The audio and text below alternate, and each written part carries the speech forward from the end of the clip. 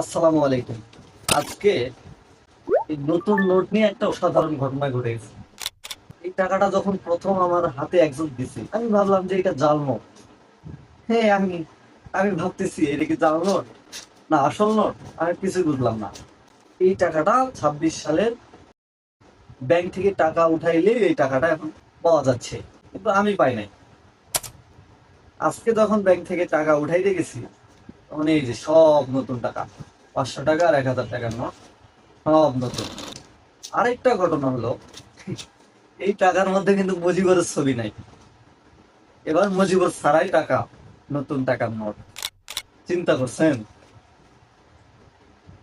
টাকার মধ্যে জাতীয় স্মৃতিসৌধ, সাভা, এই যে আমাদের সাভার স্মৃতিসৌধ, তার ছবি দিয়া টাকা ছাপাইছে। এই যে পিছনে বড় করে সংসদ ভবনের ছবি। এইবারে টাকাটা সুন্দর হয়েছে। পার্সোনালি আমার কাছে অনেক ভালো লাগছে। অন্তত মুজিবরের টাকা নাই, মুজিবরের ছবি নাই, এইটা অনেক ভালো লাগছে আমার। তো যারা এই টাকাগুলো হাতে পাইছো, জাল নোট ভাবার কোনো প্রয়োজন নাই, এটা আসলেই নতুন টাকা। আরেকটা কথা, 500 টাকার নোটে 500 টাকার নোটে ছবি দেওয়া আছে কেন্দ্রীয় শহীদ মিনার, ঢাকা। কেন্দ্রীয় শহীদ মিনার, ঢাকা। তার পিছনে একটা মসজিদের ছবি দেওয়া আছে। এই যে, দেখছেন কত সুন্দর?